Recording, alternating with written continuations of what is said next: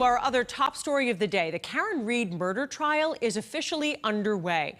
Both sides delivered opening statements this morning, and the prosecution quickly called its first witness. Good afternoon. Thanks for joining us. I'm Paula Eben.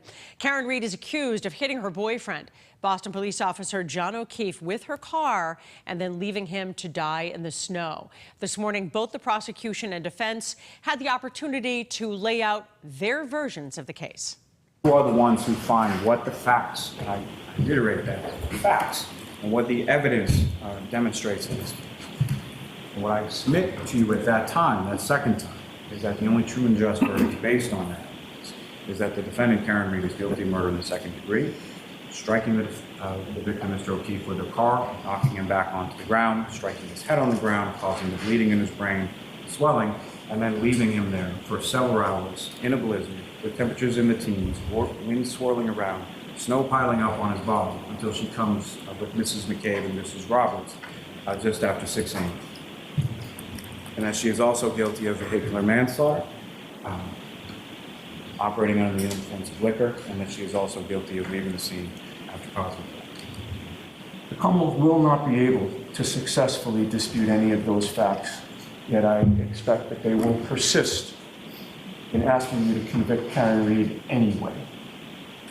You will learn that there are other major problems with the Commonwealth's theory. You'll learn that when John O'Keefe was found, he did not look like he had been hit by a car.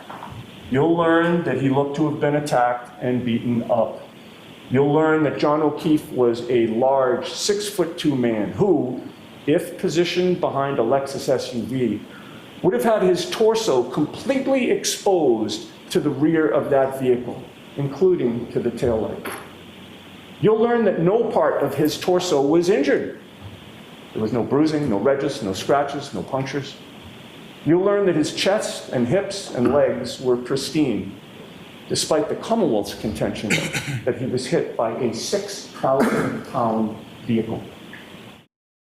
Now, as members of the jury begin to hear from witnesses in the case, we want to bring in WBZ I-Team Chief Investigator Cheryl Fiandaca, who is also an attorney, by the way, to talk about opening statements given by both legal teams. Such an enormous amount of focus on this case, Cheryl. A lot on the line. Tell us about the opening statements this morning. Well, you know, the opening statements, the judge came out first and talked to the jury and basically said the opening statements are not evidence. It's what the prosecution's version of the case is and what the defense version of the case is.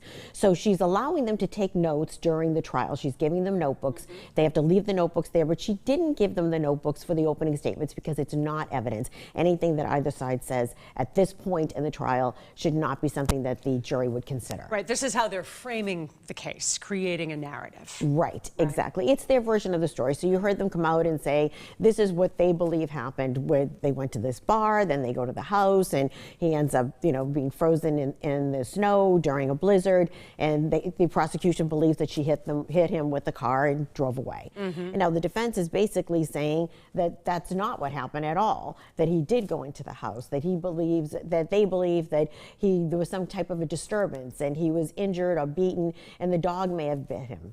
And all of that is just all of their theory of the case until they put the witnesses on the stand and until the witnesses testify as to what they saw and heard.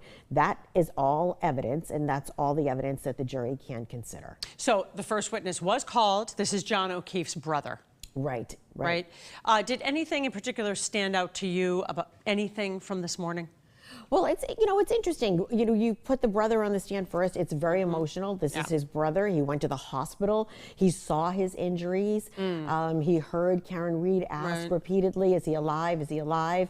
The prosecution's going to say at that point she knew that she had done something and killed him. The defense is going to say she's concerned for her boyfriend and wanted to know if he was okay. As a matter of fact, since you mentioned that, the first witness in the case was John O'Keefe's brother, and he gives a timeline here in a soundbite you're going to listen to about when he learned about what happened to his brother and when he saw Karen Read at the hospital after hearing about his brother's death. Listen.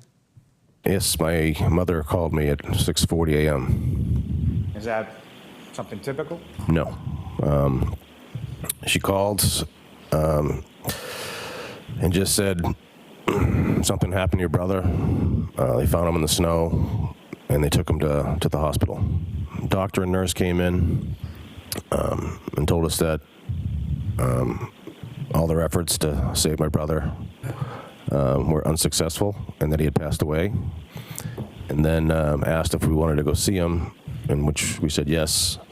So we left that room and walked down the hallway to his hospital room. Karen Reed was there. She was being restrained by hospital employees, and she was, screaming out to us, asking if he was alive. So, Cheryl, it was notable to me, he did point out when asked by the attorney, they had always had a very good relationship with Karen Reed. He blew her a kiss at the hospital in that emotional moment when they realized that he was dead. So at that point, in those first hours or so of learning of his brother's death, they were all still fine. Right. At that point, she's not charged with anything. No one really knows what happened. All they know that he was found in the snow and he has now passed away. So at this point, they don't have any animosity at all. Right. And in fact, he says during his testimony that they had a good relationship, that he liked her. And really admired what she was doing to help John O'Keefe with his children. Exactly, yes. And telling her parents that he thought that she was good for him, she was a good role model for the kids. So all of that will be taken into consideration. Now, his testimony is not finished with the prosecution, and then the defense has the opportunity to bring all that back out to light. So it'll be some back and forth until the picture starts to clear up a little bit more. All right. Cheryl Fiandaca, thanks so much for your analysis. And of course, when the jury returns this afternoon from the lunch break, this examination of John O'Keefe's brother will continue on the stand, and we'll be checking back in with Cheryl throughout this trial. Thanks so much.